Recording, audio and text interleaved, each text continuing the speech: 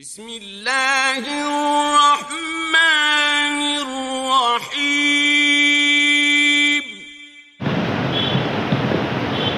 السلام علیکم ورحمۃ اللہ وبرکاتہ۔ اشہد ان لا الہ الا اللہ وحدہ لا شریک لہ واشہد ان محمدا عبدہ ورسولہ۔ قال اللہ سبحانہ وتعالی لقد كان لكم في رسول الله أسوة حسنة لمن كان يرجو الله واليوم الآخر وذكر الله كثيرا۔ قابل قدر سامعین اکرام و سامعات، ہر قسم کی بڑائی کبریائی اس خالق کائنات مالک ارض و سما کے لیے ہے جس نے ہمیں یہ رمضان المبارک کا مقدس مہینہ نصیب کیا، اور اللہ تعالیٰ سے دعا کرتے ہیں کہ اللہ تعالیٰ ہمیں اس مہینے میں زیادہ سے زیادہ عبادت کر اپنے اس کو راضی کرنے کی اللہ ہمیں توفیق عطا فرمائے۔ اس ماہ کو ہماری مغفرت اور جہنم سے نجات کا ذریعہ بنائے، آمین یا رب العالمین۔ درود و سلام ہو تمام انبیاء علیہ السلام پر، بالخصوص ہمارے اور آپ کے آخری پیغمبر جناب محمد رسول اللہ صلی اللہ علیہ وسلم پر، جنہیں رب نے ہمارے اور آپ کے لیے ہادی اور رہبر بنا کر اس دنیا کے اندر مبعوث کیا۔ اللہم صلی علیہ وسلم۔ محترم سامعین، جیسا کہ ابھی آپ لوگوں نے سماعت فرمایا کہ نبی کریم صلی اللہ علیہ وسلم کی زندگی کا جاننا ہمارے لیے کس قدر ضروری ہے، یہ ہمارے ایمان کا ایک حصہ ہے۔ اللہ رب العالمین نے فرمایا لقد کان لکم فی رسول اللہ اسوۃ حسنہ۔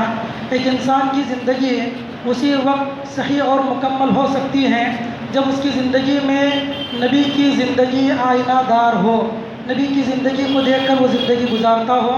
تو نبی کی زندگی کا جاننا ہر زمانے میں ضروری رہا ہے، اور بالخصوص اس زمانے میں اور زیادہ ضروری ہے۔ اور یاد رکھیں، اگر انسان نبی صلی اللہ علیہ وسلم کی زندگی کو نہ جانتا ہو تو قبر کے دن، قبر میں جب سوال ہوں گے من ربک ومن نبیک وما دینک، تو صحیح طور پر جواب نہیں دے پائیں گے۔ سوال یہ ہوگا کہ تمہارا نبی کون ہے، تو اسی وقت ہم لوگ جواب دے پائیں گے جب ہم نبی کی سیرت کو جانتے ہوں۔ یعنی زندگی کا ہر پہلو ہمارا نبی کی زندگی کے مطابق ہونا چاہیے کہ نبی کیسے اٹھتے بیٹھتے تھے، کھانا پینا رہنا سہنا، یعنی زندگی کا ہر پہلو ہمارا نبی صلی اللہ علیہ وسلم کی زندگی کے مطابق ہونا چاہیے۔ تو اسی لیے ہم لوگوں کے لیے ضروری ہے کہ نبی کی زندگی اور سیرت کو اچھی طرح جانیں، یہ بڑا ہی مقدس عمل ہے۔ انشاءاللہ ہم لوگ اختصار کے ساتھ کتاب و سنت کی روشنی میں، قرآن کی روشنی میں اور احادیث کی روشنی میں نبی صلی اللہ علیہ وسلم کی سیرت دیکھیں گے، اور درمیان میں ہو سکتا ہے کہ میں کبھی کبھار آپ لوگوں سے سوال کروں۔ جو چیزیں ہم لوگ سن رہے ہیں تو کل ہو سکتا ہے کہ کچھ پوچھوں، ایسا نہیں کہ میں بولتا جاؤں اور اب سنتے چلے جائیں اور یوں ہی رمضان کا مہینہ ختم ہو جائے اور ہم کچھ لے کر نہ اٹھیں یہاں سے، ایسا فائدہ نہیں ہے۔ اس طرح کئی رمضان گزر جائیں گے، رمضان کا فائدہ ہماری داد پر نہیں ہوگا۔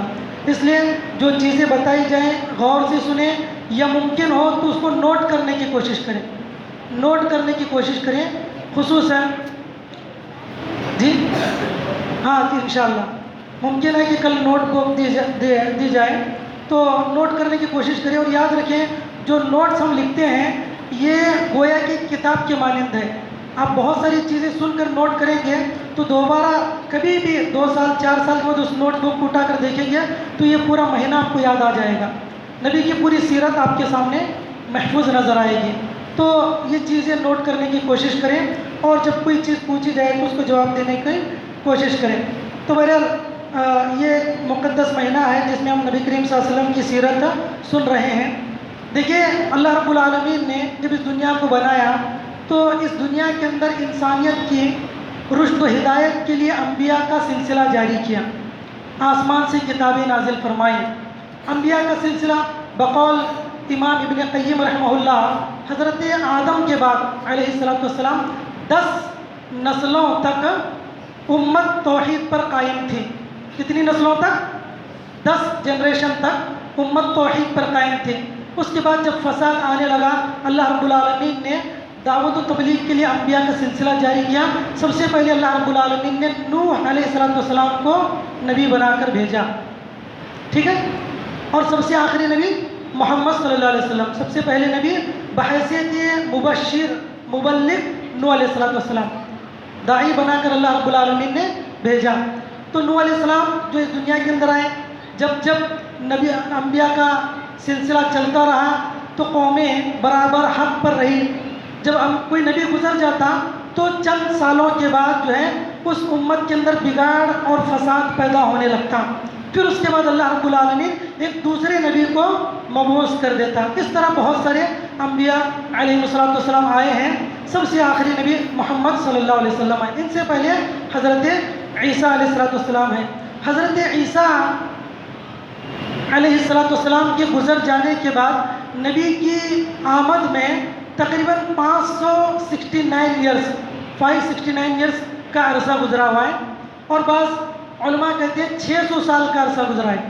عیسیٰ علیہ السلام کے جانے کے بعد جو ہے دوسرے نبی یعنی نبی کریم صلی اللہ علیہ وسلم کے آنے سے پہلے 600 سال کا عرصہ گزر گیا.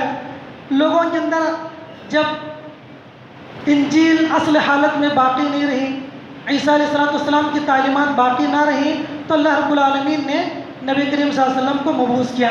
اور اس کی بشارت بھی اللہ رب العالمین نے اپنی کتاب کے اندر دیا تھا, اور تورات اور انجیل وغیرہ کے اندر بھی یہ چیزیں موجود ہیں.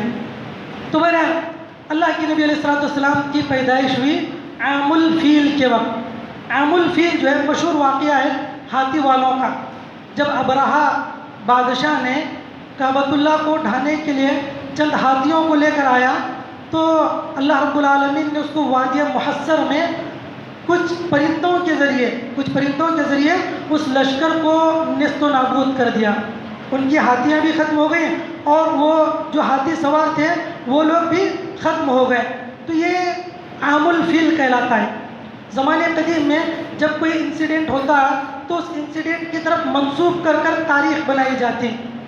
احد عام الاحد, عام الحزن اور عام الفیل, اس طرح جو ہے وہ سال کو اس واقعے اور اس حادثے کی طرف منسوب کر دیا جاتا تھا.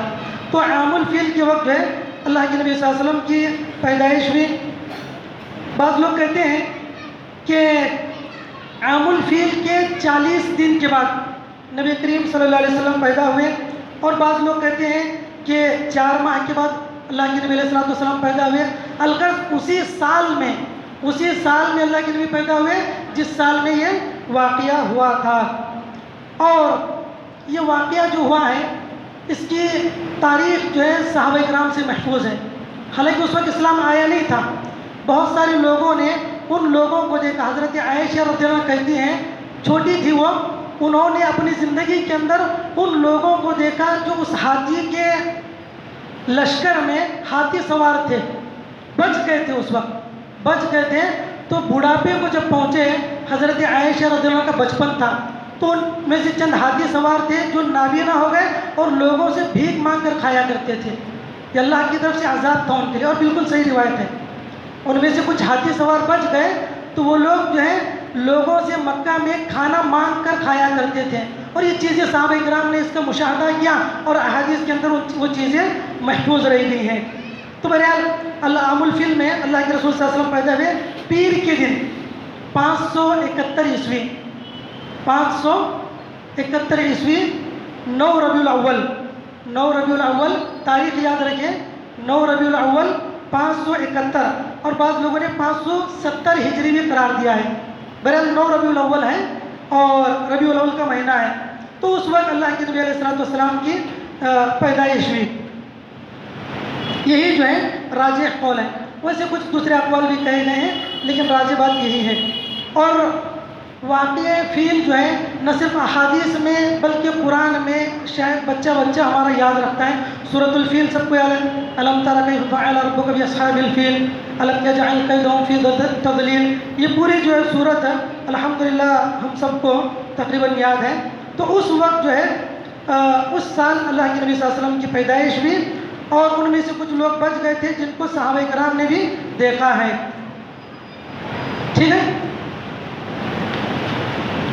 تو اس کے بعد جو ہے ایک بات یاد رکھیے, جو فیل کا واقعہ ہوا تھا یہ بھی نبی صلی اللہ علیہ وسلم کی نبوت کی نشانی تھی.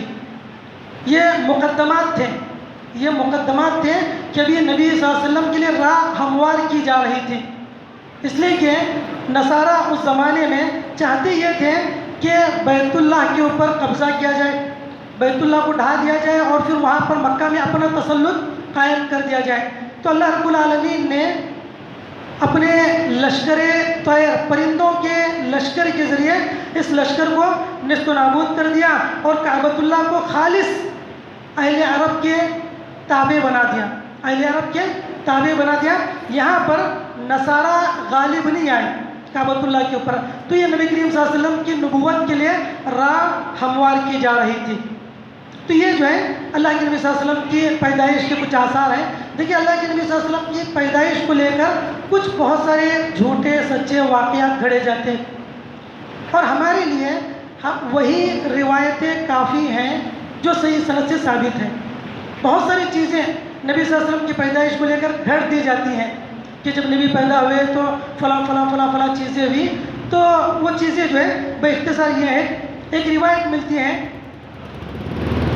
بعض لوگ کہتے ہیں کہ حضرت آمینہ اللہ کے رسول صلی اللہ علیہ وسلم کی والدہ جب اس بچے کے حمل سے تھیں تو کہتے ہیں کہ میں نے سب سے ہلکا حمل یہ پایا، مجھے کبھی احساس ہی نہیں ہوا کہ میں حمل سے تھی۔ اس طرح کی ایک روایت ملتی ہے، لیکن یہ روایت ضعیف ہے۔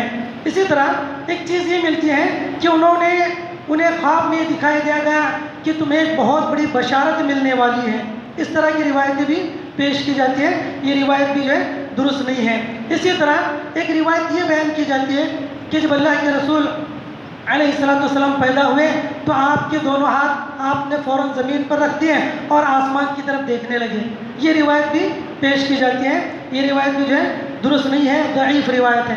اسی طرح ایک روایت میں آتا ہے کہ آپ علیہ السلام مختون پیدا ہوئے تھے، ختنہ شدہ تھے، پیدائش ہی آپ جو ہے ختنہ شدہ تھے، یہ روایت ملتی ہے، یہ روایت بھی جو ہے ضعیف ہے، اس کا احادیث میں ثبوت نہیں ملتا۔ ایک اور روایت ملتی ہے کہ اللہ کے رسول صلی اللہ علیہ وسلم حضرت جبریل نے اللہ کے رسول کی ختنہ کی تھی، تو یہ روایت بھی ضعیف ہے۔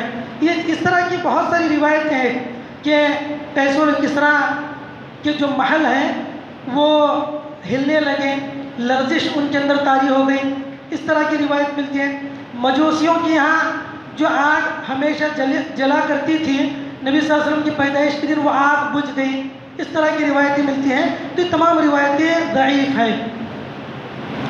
البتہ ایک روایت صحیح ہے کہ جب آپ علیہ السلام کی پیدائش ہوئی تو قیصر و کسریٰ میں روشنی چھا گئی تھی، اتنی ایک روایت جو ہے بسند صحیح محدثین نے ذکر کی ہے۔ تو یہ اللہ کے نبی صلی اللہ علیہ وسلم کی پیدائش کے تعلق سے یہی ایک صحیح چیز ہے جو معلوم صحیح حدیث سے ملتی ہے۔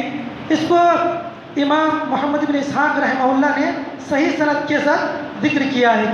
اس کے علاوہ جتنی روایتیں ملتی ہیں نبی کریم صلی اللہ علیہ وسلم کی پیدائش کو لے کر وہ تمام کی تمام روایتیں ضعیف ہیں۔ تو اللہ کے نبی صلی اللہ علیہ وسلم کی پیدائش ہوئی، یہ ہم سب پر بہت بڑا احسان ہے۔ اللہ نے فرمایا لقد من اللہ علی المؤمنین اذ بعث فیہم رسولا من انفسہم یتلو علیہم آیاتہ ویزکیہم۔ اللہ رب العالمین نے مومنوں پر احسان کیا کہ اللہ نے انہی میں سے ایک رسول کو بھیجا، ایسا رسول جو لوگوں پر اللہ کی آیتیں پڑھ کر سناتا ہے، انہیں حکمت کی تعلیم دیتا ہے، حالانکہ اس سے پہلے وَإِنْ كَانُوا مِنْ قَبْلُ لَفِي ضَلَالٍ مُبِينٍ، اس سے پہلے لوگ جو ہے کھلم کھلا گمراہی میں تھے۔ جب گمراہی چھاتی ہے اللہ کسی نبی کو مبعوث کرتے ہیں، تو عرب کے اندر ہر طرح کی قتل و غارت گری، فساد، زنا، جوا، شراب، یعنی جتنی برائیاں ہو سکتی ہے ایک انسانی معاشرے میں، وہ تمام برائیاں اس معاشرے میں پائی جاتی تھیں۔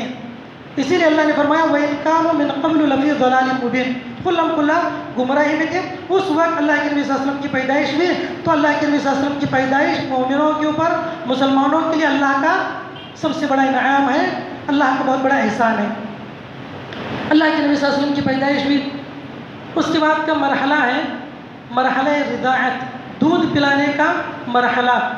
جب آپ کی پیدائش ہوئی تو سب سے پہلے آپ کو جس نے دودھ پلایا وہ ہے ابو لہب کی لونڈی، ابو لہب کی لونڈیا سویبہ نے آپ کو سب سے پہلے دودھ پلایا، اور اس نے خوشخبری بھی دی تھی جس پر ابو لہب نے خوش ہو کر اس کو کچھ انعام بھی دیا تھا۔ تو سویبہ نے سب سے پہلے اللہ کے نبی صلی اللہ علیہ وسلم کو دودھ پلایا، تو یہ آپ کی رضاعی ماں ہے۔ ہمارے یہاں مشہور کون ہے؟ ماشاءاللہ دائی حلیمہ سعدیہ۔ تو حلیمہ سعدیہ یہ دوسرے نمبر پر ہے، پہلے نمبر پر